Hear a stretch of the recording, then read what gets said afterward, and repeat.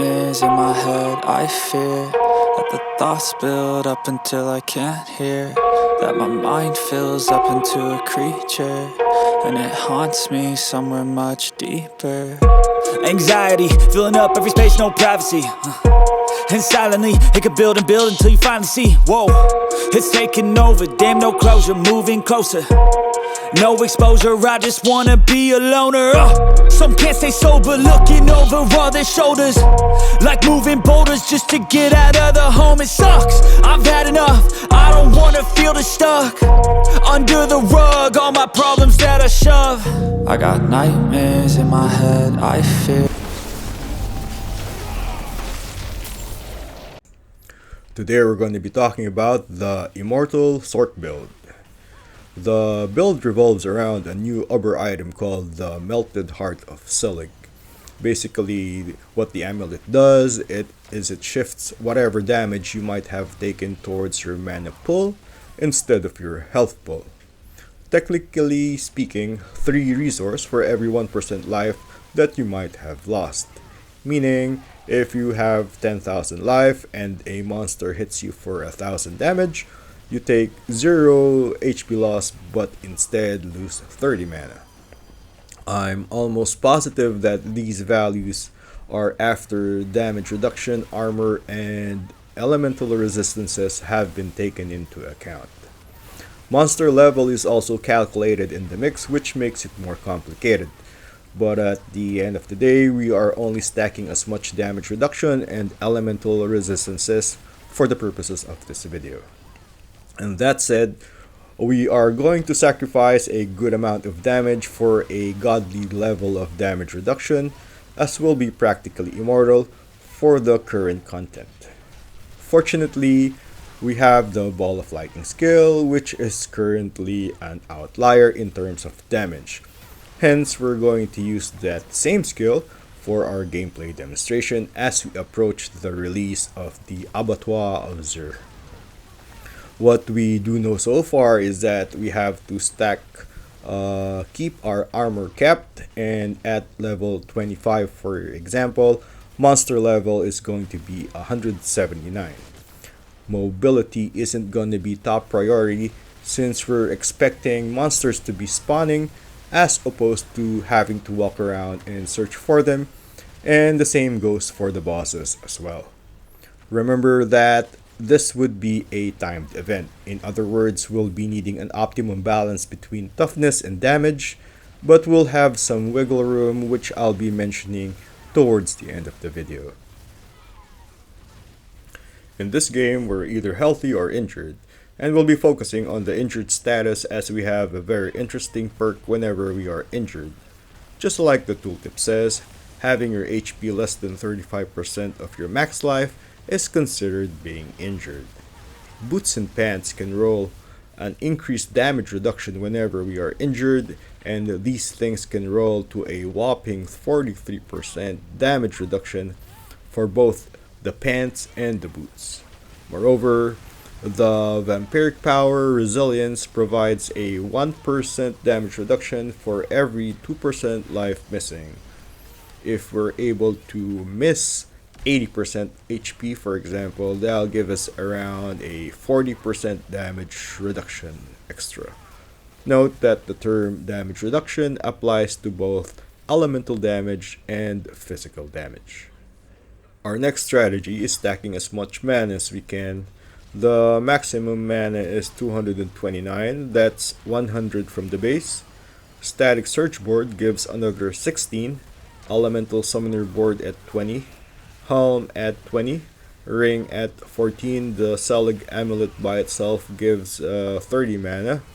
Our skill tree gives 9, and that'll give us a total of 229. If we happen to pop an Elixir of Resourcefulness, that gives another 50, and should you wear the Tybalt pants, which I'm not wearing, gives another 20. That'll give us a new maximum of 279 mana. But having a huge pool of mana isn't enough. We're gonna need an efficient way of recovering mana. First, we're going to use the recharging aspect on a ring, which recovers 3 mana whenever a chain lightning is casted. Although we're not using the Chain Lightning skill, the Chain Lightning enchantment gives us a perk of a free cast of Chain Lightning whenever we consume 100 mana. By taking the enchantment master node, this brings it down to a free cast for every 83 mana that we burn. Moreover, since we're also using the Frozen Orb enchantment, we gain access to the Frigid Breeze passive, which allows us a chance to generate 15 mana on a 20% lucky hit chance. The Unbroken Tether aspect brings another up to 40% chance for Chain Lightning to bounce an additional 4 more times. And if you combine it with a good amount of plus resource generation rolls, which can be found on jewelries and offhand, I have mine stacked at almost 80%, which almost gives us a return of 6 mana per bounce of Chain Lightning. Practically, we're looking at an almost unlimited amount of mana as long as we're casting our skills, even without having to pick up those crackling energies around us. Don't forget also to take the Static Surge legendary node, which aside from making monsters vulnerable, it also restores 10% of your mana whenever you cast a Chain Lightning. Now, here's some tips and tricks in regard to the build. Number 1, you'll need to roll Shadow damage resistance and Poison damage resistance into 2 of your gear pieces. Don't rely on the all resistance Paragon nodes as the build is already a Paragon hungry. Doing so will free up 2 of your jewelry slots of rubies and amethyst into skulls for an additional armor. Number 2, the current setup which I'm showing you right now is obviously an overkill and it's heavily biased towards toughness and mana recovery. You can surely get away of removing 1 or 2 aspects of equipment to something more tailored towards your game style.